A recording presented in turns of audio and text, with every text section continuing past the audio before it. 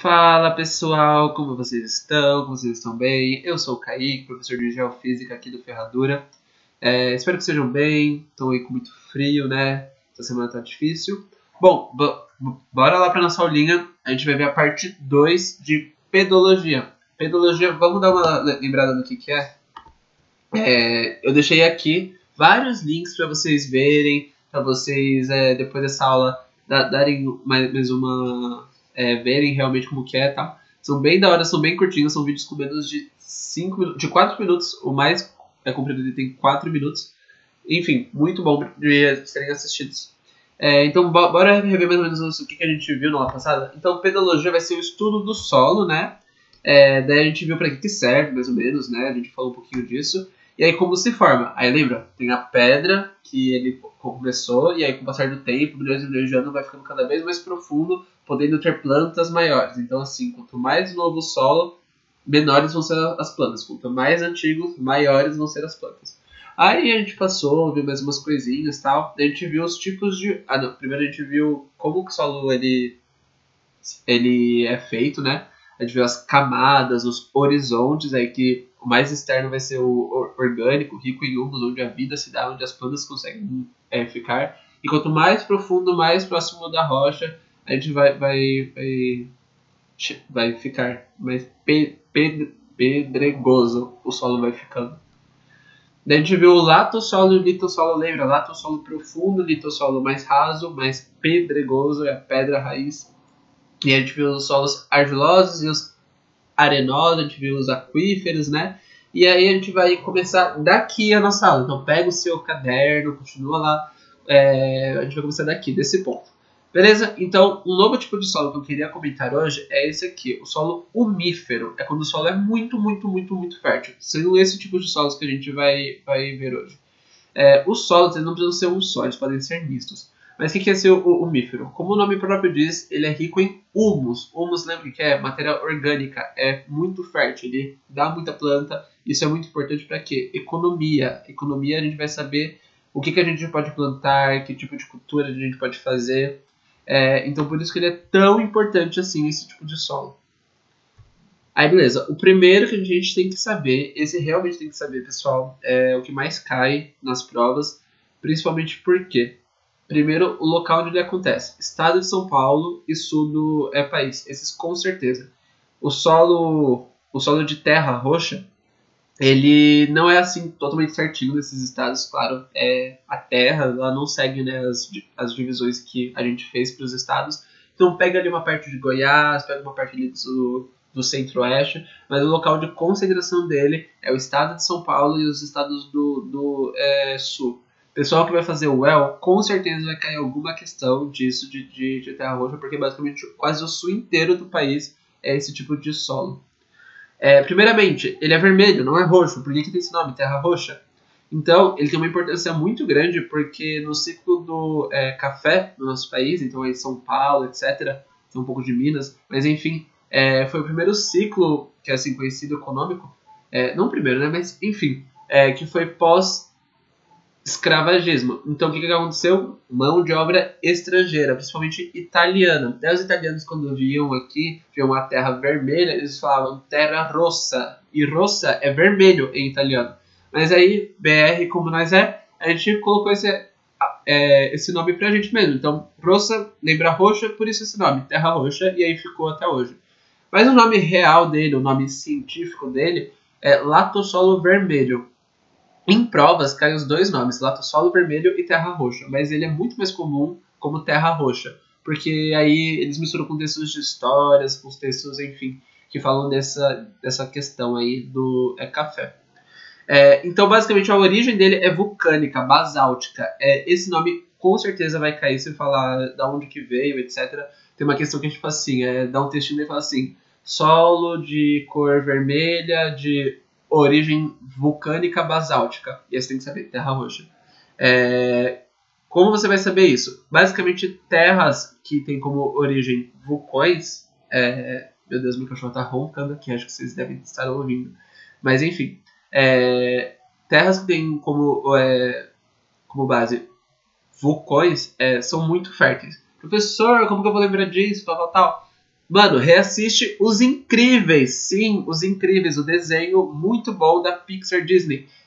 Lembra lá daquela cena que o Senhor Incrível tá jantando com a Mirai e eles vão num puta jantar, aí eles estão meio que naquele papinho, daí ela fala, todas as comidas foram cultivadas na ilha, o solo vulcânico é o solo mais fértil do mundo, como está a comida? E o Senhor Incrível fala, tá tudo uma delícia. Enfim, solo vulcânico é muito fértil. Terra roxa é um solo vulcânico e é fértil. Então fica com isso na cabeça.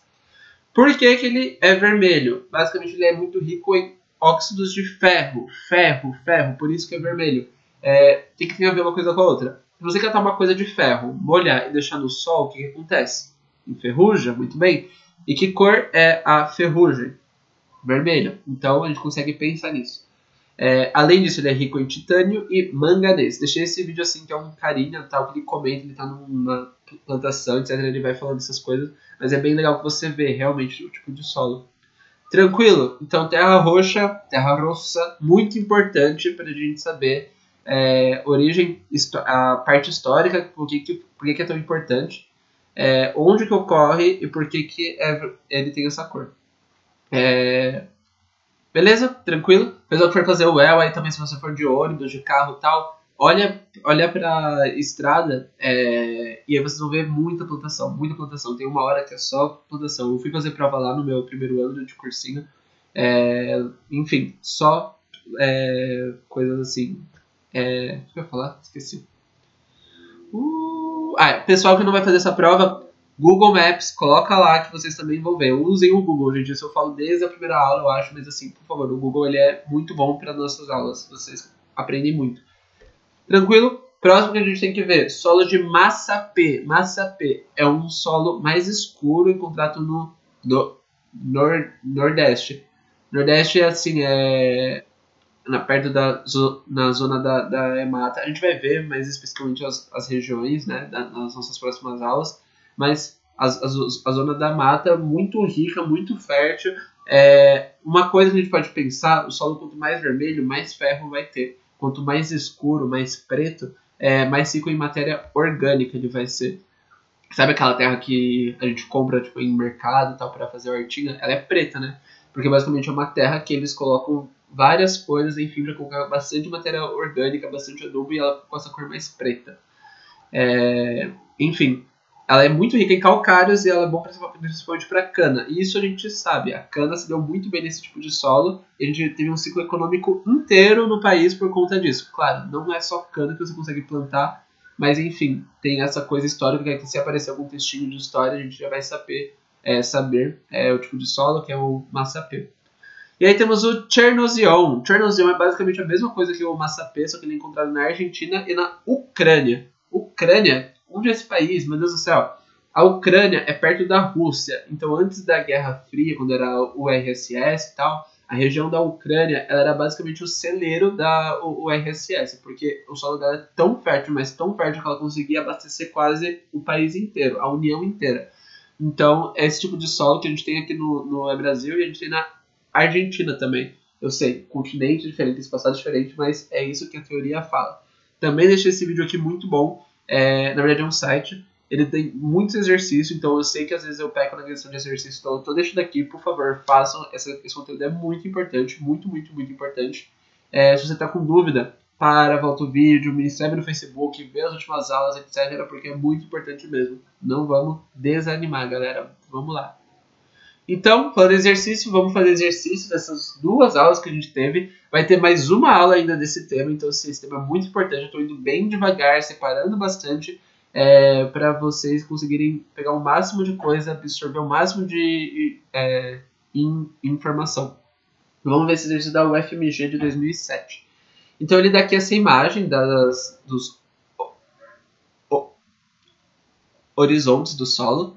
Aí ele fala, analise essa sequência de figuras em que está representada a formação do solo ao longo do tempo geológico.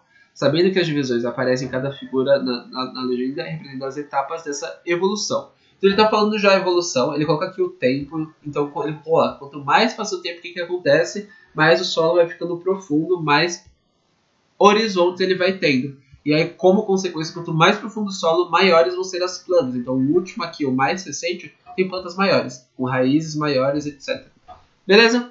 Então, a partir dessa análise, é incorreto afirmar que essa sequência de figuras sugere que... E aí, moçada, essa questão é prato cheio para você errar. Você vai estar nervoso, já vai estar indo tudo correndo, etc. Mas ele quer incorreta. E aí, o que muita gente faz? Correta. Quem fez isso? Eu. Quem ficou por uma questão de não passar na USP em 2014? Eu. Enfim, galera, desabafos à parte, é muito importante, cada questão vale, leiam certinho o enunciado.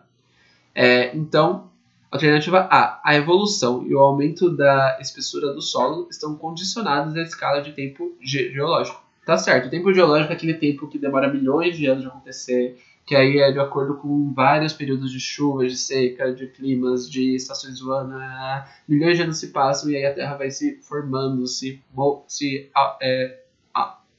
a Terra vai se alterando. Beleza? Então tá certinho. Então não é essa que ele quer incorreta. Então, alternativa B. O crescimento aéreo e subterrâneo da vegetação é inversamente proporcional ao desenvolvimento do solo. Inversamente proporcional é quanto mais acontece uma coisa, menos acontece outra. Então, no caso, o crescimento aéreo, quanto maior, menos desenvolvido vai ser esse solo. É isso que ele quer dizer. Não, tá errado isso. Basicamente, é justamente o contrário. Quanto maior for o crescimento aéreo e subterrâneo de uma planta, maior vai ser o tempo desse solo, mais desenvolvido ele vai ser. Então, essa alternativa ela está incorreta. Bora ver as outras? O desenvolvimento do solo ao longo do tempo resulta na sua diferenciação em horizontes. E tá certinho. Primeiro a gente vê aqui que basicamente é só uma coisa só, dois aí, né? E aí conforme vai passando o tempo vai ficando as camadas que a gente já viu nas outras aulas. Então tá certo.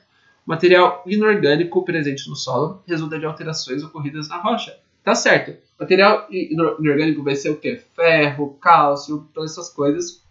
E aí o solo rico em ferro, o solo rico em cálcio, tem origem principalmente no quê? No tipo de rocha que esse solo ele é feito. A gente viu um pouco isso na aula passada, mas basicamente o solo ele tem compostos químicos, ele não é uma coisa uniforme inteira. E aí a reação desses compostos químicos que vão dizer o quão fértil ele é, o quão mais ele pode sofrer com a chuva, que vai ser o tema da nossa próxima aula. Então, os tipos de elementos que vão ter nesse solo vão ditar muitas coisas desse solo. E a origem desse elemento está justamente na pedra matriz, que é a pedra que dá origem, a rocha que dá origem a esse solo. Então tá certinho. Então a gente tem a alternativa B de... Beleza, passei no vestibular. Aí, próxima questão. Da UFRGS. Observe os perfis de solo 1, 2 e 3 e característicos de 3 dos domínios morfológicos existentes no Brasil. O que é domínios morfológicos, meu Deus do céu? Lembra? Morfo, forma. Domínios, um domínio de uma forma existentes no Brasil. Então, domínio de uma forma, domínio de quê? Forma do quê? De clima, de solo, etc. É quando a gente consegue ver todo o resultado das nossas aulas ali.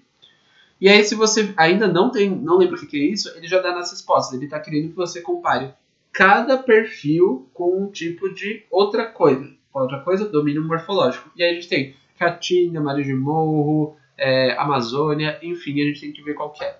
Bora ver, então, esses perfis. Então, o primeiro que a gente tem aqui, onde eu estou passando o mouse, a gente pode ver que ele não é tão profundo, porque assim, ele é mais ou menos no meio termo, porque ele é bem fininho, a parte orgânica, você ainda consegue ver a rocha não alterada, você tem uma camada até que ok, de profundo. O solo 2, ele é muito, muito, muito jovem, muito recente, muito raso.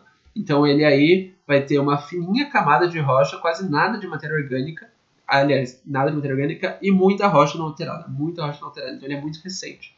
Do contrário, o perfil 3 ele vai ser o mais antigo, porque olha a quantidade de matéria orgânica que ele vai ter, é o maior dos três, quando você faz uma reta assim, não tem nada de rocha não alterada. Claro, isso aí é uma escala, né? Enfim, é um jeito de ficar mais fácil da gente ver no vestibular. Mas, enfim, a gente está vendo o quê? Então, se a gente colocasse numa ordem, o perfil 2 é o mais antigo, aí o médio é o perfil 1 e o perfil 3 é o mais recente. Com isso, a gente pode pensar o quê? No perfil 2 vão ser plantas menores, muito, muito pequenas, porque não tem aí rochas grandes. O perfil 2 vai ser um meio termo, e o perfil 3 vai ser um perfil muito fundo, então as plantas podem ser muito grandes, árvores grandes de grande porte. Então a gente já sabe que vai ter que ter mais ou menos essa cara. Bora ver. Perfil 1. amazônico, da caatinga e dos mares de morro. Mares de morro, para quem não lembra, eu coloquei uma foto daqui a pouco, vocês vão ver, mas é aquele domínio que basicamente é um mar de morros, que é muito frequente no São Paulo, no estado de São Paulo, interior, etc. Mas basicamente uma vegetação muito rasteira, muito pequena, etc. Não é típico desse tipo de solo, esse solo quer plantações profundas. O do meio, caatinga, tá certo, caatinga, lembra? É o tipo de solo que acontece no Nordeste, plantas xerófitas de pequeno porte, podem ter espinhos, lembra disso? Então, assim, são plantas de pequeno porte que não precisam de uma raiz tão profunda, porque como é muito seco, não chove muito, então o solo não foi muito alterado. Isso é muito importante também, saber qual tipo de clima. A água tem uma grande importância no tipo de solo que vai ter. Então, a gente sabe que o perfil 2 é caatinga, a gente já está meio que com isso na cabeça. Daí, B, dos mares de morros e do cerrado. Então, basicamente, não dá nenhuma terceira alternativa. Então, não é. Então, ele coloca aqui, da caatinga, do cerrado e amazônico. Não, porque, assim, não faz sentido a caatinga ser mais profundo do que o cerrado. Se fosse ao contrário, sim. E aí, D, do cerrado, da caatinga e do amazônico. Então, alternativa D, tá certinho. Então, o cerrado aí, o cerrado do centro-oeste que acontece, tem umas plantas meio termas, a gente já tem árvores, mas não árvores tão grandes, esparsas, igual na Amazônia. A Amazônia, lembra, é um solo muito pobre, mas ele já é bem antigo, ele é bem trabalhado, então a gente consegue ter uma profundidade tão grande que pode ter árvores bem grandes também. E aí, perfil 2, a caatinga. Então, beleza? Seguindo. Esse é o Maria de Morro, pra quem não lembra. É uma paisagem meio que comum. Se a gente pegar uma estrada, então a gente vê esse relevo. E é literalmente um mar, um oceano ali de morrinhos. Então, é um nome bem daorinha, né? Intuitivo. Vamos ao último exercício. Esse é o exercício mais importante, eu acho, de toda a matéria que a gente teve até agora, porque ele relaciona quase tudo que a gente viu. E ele não é uma questão 100% boa. É do Enem 2011. O Enem 2000 lá para 2009, 2010, 2011 e tal, ele às vezes dava umas erradas, assim, colocava umas questões, ele colocava muitos gráficos, enfim, e pediu para você falar o que está acontecendo nesse gráfico. O Enem ainda faz isso, mas ele deu uma alterada na sua cara, tal, tá pedindo questões mais teóricas, mas ainda assim essa questão é muito boa. Então, a primeira coisa que ele dá, eu vou ler o enunciado primeiro, então eu falo assim, o gráfico relaciona diversas variáveis ao processo de formação do solo. A interpretação dos dados mostra que a água é um dos principais... De novo, a interpretação dos dados mostra que a água é um dos importantes fatores de pedogênese. Pedogênese, que palavra é essa? Então a gente sabe, pedologia, estudo da pedra. Então, pedo, pedra. Gênese, origem. Então, origem da pedra. Lembra lá, Gênesis na Bíblia, o começo, que é o primeiro capítulo que a gente tem primeiro livro. Enfim, Gênese, origem. Origem da pedra. Então, os importantes fatores da origem da pedra pôs nas áreas e ele dá várias alternativas. Então, vamos ver o que está acontecendo nesse gráfico. Primeira coisa, ele mostra aqui o solo. Essa rocha aqui, então, não tem alteração. Então, concorda que essa rocha aqui vai ser a rocha com mais alteração. E aqui em cima, ele dá os domínios morfológicos. Então, ele dá tundra, da estepe, savana, floresta tropical, de novo, savana, deserto, etc, etc, etc. E aqui dos lados ele coloca duas marcações, temperatura e precipitação barra evaporação de milímetros ao ano. Ou seja, o quanto chove e o quanto é a temperatura média. Porém, tem 3 linhas, e é isso que eu não entendi, eu pesquisei muito a fundo. Se você está vendo esse vídeo, se você conseguiu ter uma outra noção, etc, se você achou um outro tipo de resolução, me manda realmente, que eu estou procurando faz muito tempo isso. Mas enfim. Para mim, deveria ter 2 linhas só. Uma de temperatura e uma de o quanto que chove. Mas basicamente a gente pode ver o quê? Floresta tropical, dentre todos esses domínios, vai ser o que mais chove, certo? Por consequência, o que mais chove vai ser o mais profundo. Beleza? Estamos falando beleza. Onde ocorre esse tipo de domínio? Na região dos trópicos, mais próximo do Equador. Quanto mais próximo do Equador, mais vai chover. Então a gente concorda que quanto mais chover, mais profundo vai ser o solo? Sim, a gente viu isso na questão também da Amazônia. Quanto mais profundo vai ser o solo, maiores vão ser o tipo de árvore. E por que isso acontece? Porque maior é o regime de chuva e aí vai alterando o solo, etc. E vai ficando mais profundo. E aí isso conversa bastante, porque o deserto ele não chove nada. E olha só, não tem... ele é basicamente um solo muito cru, muito recente, ele não tem uma grande alteração. E aí a gente vai vendo as steppes, aí tem um pouquinho, a savana tem um pouquinho aí também, porque tem um regime de chuva e de secas muito bem definidos, uma estação de chuva e uma estação de secas.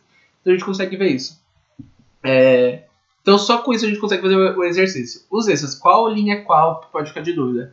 Para mim, essa linha aqui, que é a pontilhada, pode ser de chuva, porque na floresta tropical não faz 50 graus, mas chove bastante. Então a gente tem aqui. E na floresta tropical ainda, a gente tem uma média entre aí 15, 20 graus, 30. Então por isso fica confuso qual que é qual dessa linha. Então realmente eu não vou afirmar com certeza porque eu procurei e eu não achei. E como é de 2011, não tem vídeos muito recentes falando disso. Mas bom, bora ver as alternativas. Então, a água é um dos importantes fatores da pedogênese, pois nas áreas de clima temperado ocorre alta pluviosidade e grande profundidade dos solos. Não, clima temperado vai ter o quê? Estepe, tundra, não tem muito alterado. E a gente vê que a zona temperada, eu coloquei esse gráfico aqui, é uma zona que não vai chover tanto. Lembra? Vai chover muito onde? Perto do Equador, que vai ser mais quente. A água vai evaporar mais rápido e vai cair mais rápido também. Então, não. B. Tropicais ocorre menor pluviosidade. Menor pluviosidade. Não chove mais, porque se relaciona com a menor profundidade das solos. Não. Tropical tem um maior solo alterado e chove mais. De latitudes em torno de 30 graus ocorrem as maiores profundidades do solo, visto que há maior umidade. Professor, não lembro onde que é o de 30 graus. A gente sabe que de latitude, lembra? Latitude, o cachorro late para cima, então do Equador para cima e para baixo. Do Equador é 0, e aí a maior, que vão ser os polos, é 90. Então, metade de 90 é 45, que ia ficar no meio. Então, 30, um pouquinho abaixo. A gente tem aqui, então, mais ou menos nessas partes. Nessas regiões. Então, é mais próximo da zona temperada do que da zona de trópicos. Então, não vai ser ali.